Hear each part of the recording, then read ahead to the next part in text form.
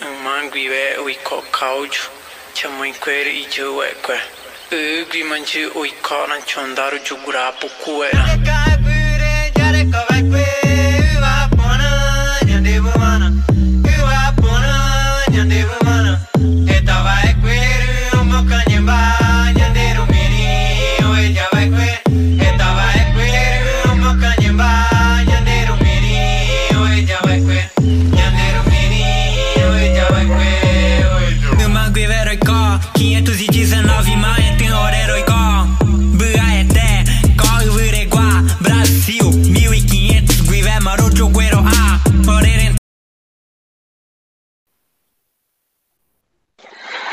Eu sou a Gabriela e a minha pergunta é: qual o maior erro histórico que é ensinado às crianças sobre os índios? Na verdade, qual é o maior erro? É difícil a gente falar, porque na verdade é uma pancada de erro, né? Está lotada. E, por exemplo, uma delas é, por exemplo, as pessoas confundirem nós e às vezes eles perguntam de onde a gente veio. E eu sempre falo assim, não, eu é que tenho que fazer essa pergunta, de onde vocês vieram? E às vezes as pessoas tratam a gente como se a gente fosse estrangeiro. E é preciso que os brasileiros entendam que nós somos originários aqui. Então, é uma confusão que precisa ser educada para as crianças. Outra coisa muito grave é que, às vezes, eles perguntam para nós se a gente come gente. Até hoje. Então, por quê? Porque os bandeirantes passaram a vida toda matando índio e falavam mal dos povos indígenas, e isso fez com que a sociedade pensasse mal do índio. Daí eles falam que o índio come gente. E a gente explica que não é verdade isso aí, porque quem vai comer gente? Isso aí é invenção, é ficção. Você entendeu? Não existe ninguém que come gente. Até nos livros de história que falam, tinha várias tribos que comiam gente. Não, isso aí é ficção. Outra coisa que eles falam, fazem um absurdo, muitas das pessoas, quando eles vêm na aldeia, eles perguntam para nós se a gente casa irmão com irmão. É um erro absurdo. Não é casar irmão com irmão. É que nós indígenas, nós somos todos os irmãos, nós somos todos parentes. Então, às vezes, as pessoas confundem e pensam que nós somos irmãos sanguíneos. Não é, a gente sabe a diferença de quem é os parentes. Então, a gente sabe diferenciar tudo isso. Outra coisa gravíssima é que eles chegam na aldeia e todo mundo tem aquela noção de que o índio fala tupi-guarani. Não, o índio não fala tupi-guarani. No Brasil tem 350 nações diferentes uma da outra. Então, cada nação no Brasil, ela tem sua língua. Então, seguindo essa língua, você tem seus costumes, suas tradições. Então, se você chega numa aldeia chavante, daí às vezes as pessoas vão perguntar para o chavante se ele fala tupi-guarani. E o chavante tem que explicar para não, eu não falo tupi-guarani, eu falo chavante. E o chavante é de outro tronco. Então, as pessoas confundem muita coisa. Então, por isso que é importante a gente estar sempre falando com o público, para as pessoas entenderem como que é o mundo indígena. Porque as pessoas no Brasil não conhecem. Então, nós temos 210 milhões de pessoas no Brasil e 99% dos brasileiros nunca foi numa aldeia. Então, como eles não foram, eles vão criando ficções e vai fazendo com que a sociedade crie preconceitos cada vez mais. Então, por isso eu sempre falo que é bom a gente ser chamado para dar palestra, para a gente ir tirando esses preconceitos. E uma das coisas que eu falo também é o surgimento dos escritores indígenas, porque eu comecei a escrever em 1984, porque eu tinha essa intenção e falava assim para as pessoas que a gente tem que escrever um livro para a gente escrever de uma forma diferente. Porque até os livros de história do Brasil é preconceituoso, porque eles escrevem coisas que não faz parte da realidade dos povos indígenas, né? Por exemplo, José de Alencar, ele escreveu sobre o Guarani, e a gente lê o livro e a gente não vê a realidade ali dentro. Ele criou uma ficção e faz com que a sociedade pense que o Guarani é igual o José de Alencar fala. E o índio, na aldeia, a gente vive diferente do que fala José de Alencar. Então, essas coisas é problemática. Então, por isso eu comecei a escrever em 1984 e até os dias de hoje estou escrevendo, né? Inclusive, quero lançar um livro esse ano, um romance, chamado História de Cairus. É um livro muito bom, que vai ser meu primeiro romance, que eu escrevo a maioria contos e poesias, né? Mas eu quero lançar um romance para tentar mostrar uma realidade indígena, porque as pessoas não têm noção. Porque chega na aldeia, eles acham que encontrar nós pelados. Daí a gente explica, não é assim a realidade. Então a confusão, ela vem desde 1500, porque as pessoas vão passando coisas sem nunca ter ido numa aldeia.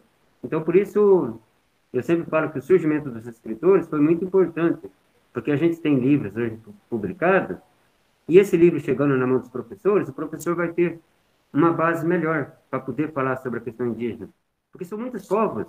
Se são 350 povos, como que você vai falar uma coisa genérica de tudo, de todos? Então, por isso a literatura é importante. Inclusive, eu tenho um filho, que os jovens aí que estão escutando aí, eu tenho um jovem que hoje ele é conhecido internacional, né? Ele é escritor, cantor, compositor, tradutor, toca violino, toca violão, e tem 2 filmes na Europa, e tem 2 livros publicados, e é cantor de rap, né? Inclusive, dia 19 de abril agora, ele vai passar, depois da novela da Globo, vai passar um documentário indígena, onde ele está lá falando sobre o seu rap, né?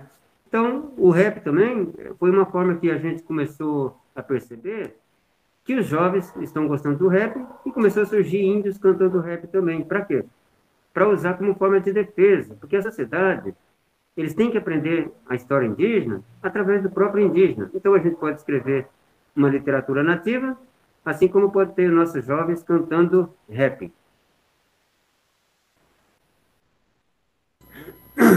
Olá, meu nome é Paulo, eu sou da Escola Zita de Godoy Camargo e eu pertenço ao Jornal dos Camões. E eu gostaria de fazer uma pergunta que qual a importância de se preservar a cultura indígena?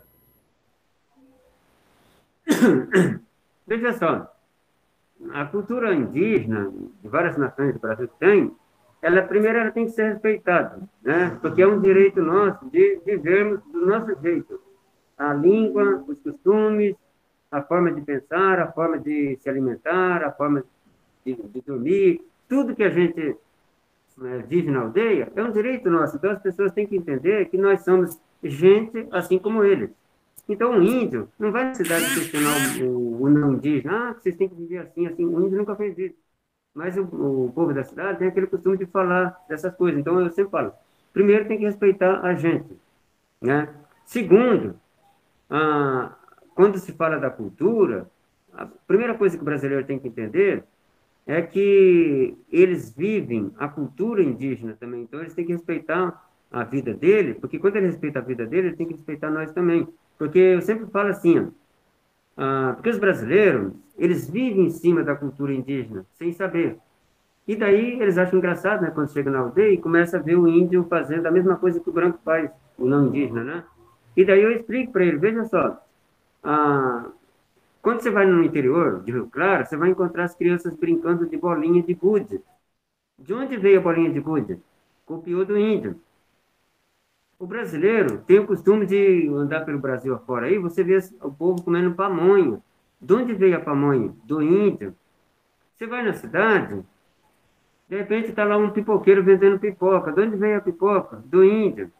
Daí você vai num restaurante, em qualquer lugar do Brasil, a primeira coisa que você vê lá é uma panelinha com farinha de mandioca. De onde veio a farinha de mandioca? Do índio. Daí você vai nos bares, quem é contra a Coca-Cola vai querer beber Guaraná. E de onde veio o Guaraná? Do índio. Daí você vai na cidade, você encontra pessoas que são apaixonadas por tapioca. De onde veio a tapioca? Do índio. Daí você vai na escola e de repente as crianças estão brincando de peteca. De onde veio a peteca? Do índio. Daí você vai observando todas essas coisas. Você vai em outro lugar, daí de repente você começa. As pessoas gostam, eu gosto de amendoim. De onde veio o amendoim? Do índio. Daí os gaúchos ficaram famosos porque tomam chimarrão. De onde veio o chimarrão? Do índio. Mas os gaúchos falam que é deles, né? Eles não falam que é nosso. Daí, os europeus, quando vêm para o Brasil, a primeira coisa que ele quer ver no Brasil é conhecer o churrasco. De onde veio o churrasco? Do índio.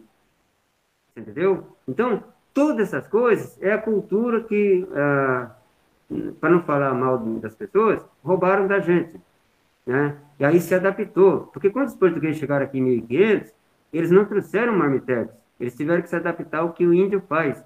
Então, toda a cultura brasileira, ela é nossa. Você entendeu? Então, tem que valorizar a gente, porque explorou a gente até os dias de hoje e não valoriza. A função da sociedade é sempre desvalorizar o índio, porque o índio não é ninguém. O índio é atrasado, o índio é primitivo. o índio não pensa, todas essas coisas eles falam, né?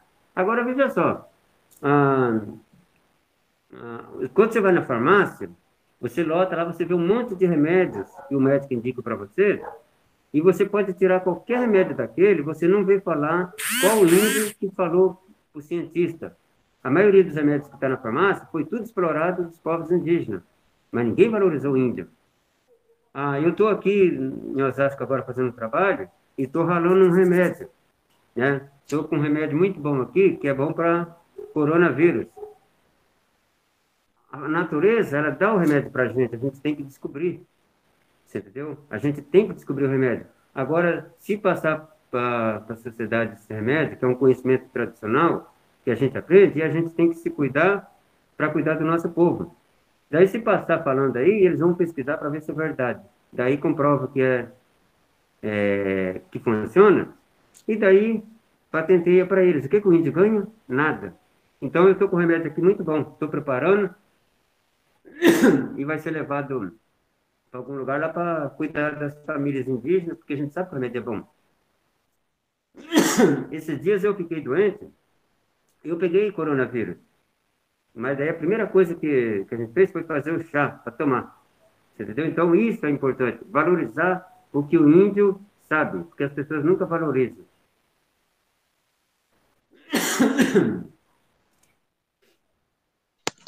Bem legal isso, né?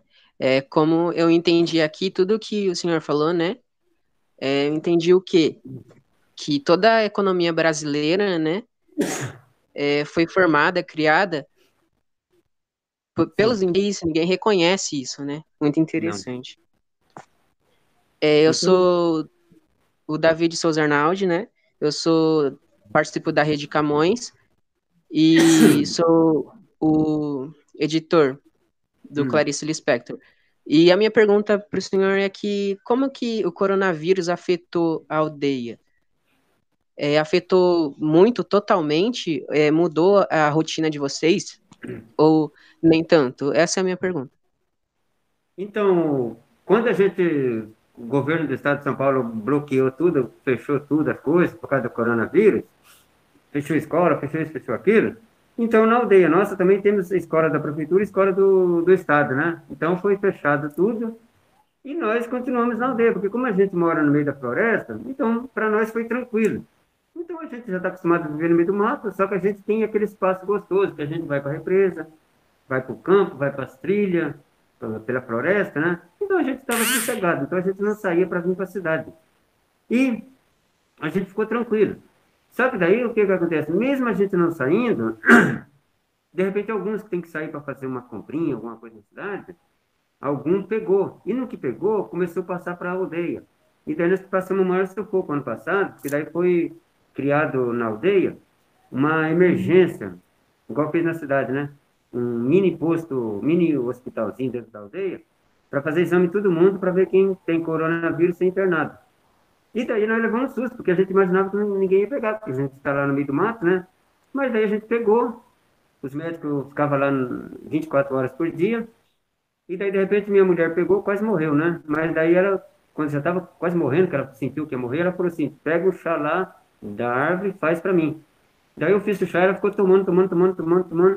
Quando foi no outro dia, amanheceu bom. Ela ficou 14 dias de cama, né? No 15 dias, ali no 14, ela tomou o chá, no que ela tomou, sarou. Daí eu peguei dela. Daí quando eu peguei dela, eu fui internar também. Daí eu falei, prepara o chá que eu tô vendo que o negócio tá feio. E a gente não respira, né? Perde a respiração, a garganta fica ruim. E daí eu falei assim, ó, já despedi de todo mundo. Falei, ó, qualquer coisa, se eu não acordar amanhã, já pelo menos você já me vira aqui, né? Daí ela preparou o chá e eu fiquei ali tomando a noite toda. Quando foi no outro dia, eu amanheci melhor. Daí os médicos olharam e falaram, nossa, você tá bom. Só que daí eles falaram assim, ó, você não pode sair porque você tem que cumprir a quarentena agora, né? E daí a maioria das turmas que ia, quando tinha na aldeia, a gente fazia o chá e dava para eles. Então, muitas pessoas na aldeia tomou o chá, né? Porque a gente sabe que a floresta tem seus remédios, né? Até esses dias atrás mesmo, eu fiquei resfriado, e daí eu fiquei resfriado que o dia todo com o nariz escorrendo, daí eu peguei, preparei o chá e tomei. Daí sarou, parou de escorrer, porque o remédio, ele mata vírus. Então, o que que acontece? Como ele mata vírus, Não importa que vírus que é, o vírus que passar, o remédio vai matar. Então a gente acredita que na floresta está a solução, tem muito remédio. Agora, na cidade é o contrário, as pessoas ficam doentes, ficam desesperadas porque quer se internar. Daí não tem um remédio, vai ficar lá deitado, só esperar se piorar, colocar o aparelho, então não vai resolver nada. Tem que ter remédio do mato. Então, se valorizar a floresta, você descobre os remédios. Porque no meio do mato tem remédio para tudo.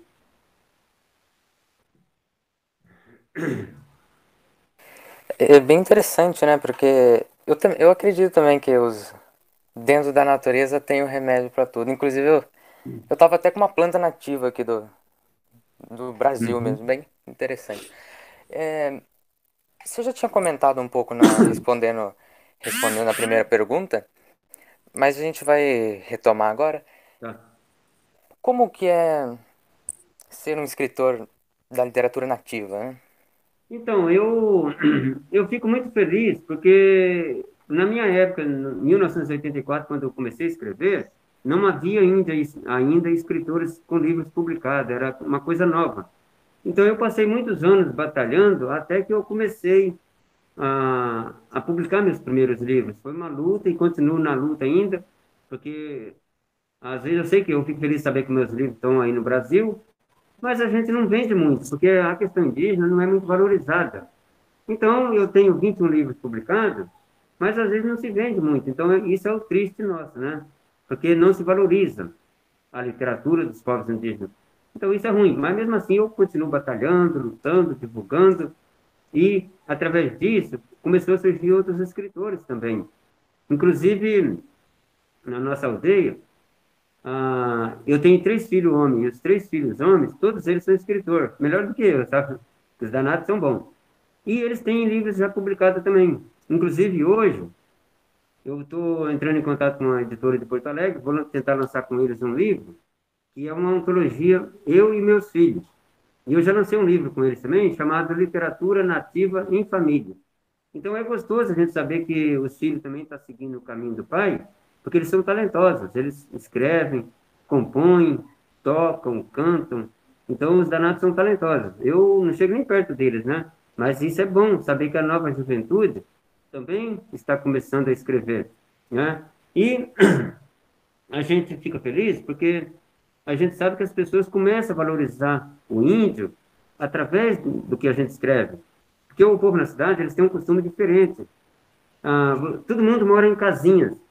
E daí, quando um vizinho teu te faz uma coisa errada, daí você vira a cara para ele, né? Então, o que que acontece? Você vira a cara e ninguém conversa um com o outro. Se ele fez uma coisa errada, os vizinhos não vai olhar para ele. Se o índio fizer uma coisa errada, daí o povo da cidade fala que os índios são assim, né? Então, eu fico contente de saber que eu sou escritor, então eu estou trazendo conhecimento para os professores, para a sociedade, para os alunos. Então, quando as pessoas forem falar bem de mim, eles falam do índio.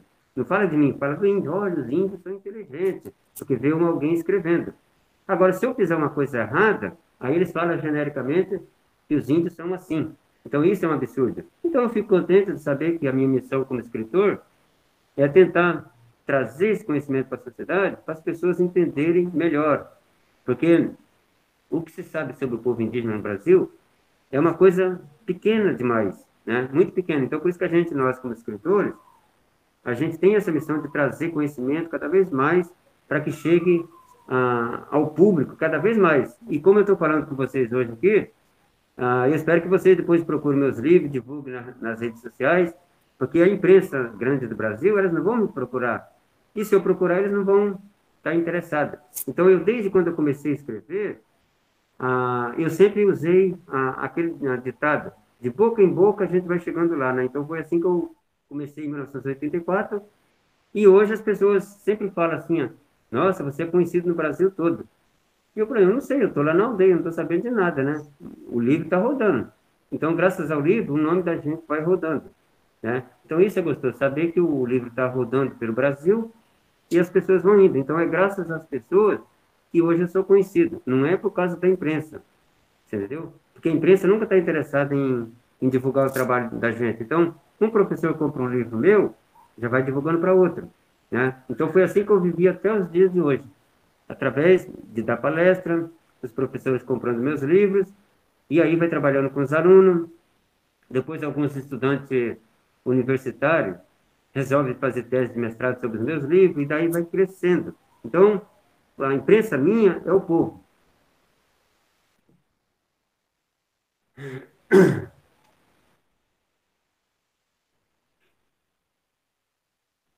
O Davi, você faz a última pergunta, por favor? Faço. Qual o recado que você deixa para a rede, né? Para a Rede Camões aqui, todo o pessoal de jornal escolar? Então, o que eu posso deixar é que as pessoas valorizem o nosso povo no Brasil, porque a gente precisa ser respeitado, porque a gente sofre muito preconceito, né? E, às vezes, as pessoas, por não conhecer a realidade do índio, é que vai causando esse preconceito. Então, através de vocês, vocês vão espalhando cada vez mais, e nós somos gente também como todo mundo, né? Nós temos nossos erros, mas também temos nossas coisas boas, né? Então, por isso que as pessoas precisam entender melhor o mundo indígena e procurem tentar achar meus livros, né? Depois, quem quiser, pode procurar meu filho na internet, no YouTube, é Kunumim MC, né? Kunumim MC, que ele é cantor de rap, ele está gravando música direto, né? Amanhã mesmo ele está gravando mais algumas músicas para videoclipe, daí está gravando um festival para Portugal, e assim ele vai indo. Então a gente espera que vocês sempre procurem mais trabalhos indígenas, como cantor, escritor, e outros assuntos que podem chegar no ouvido de vocês e vocês espalhar cada vez mais. Obrigado.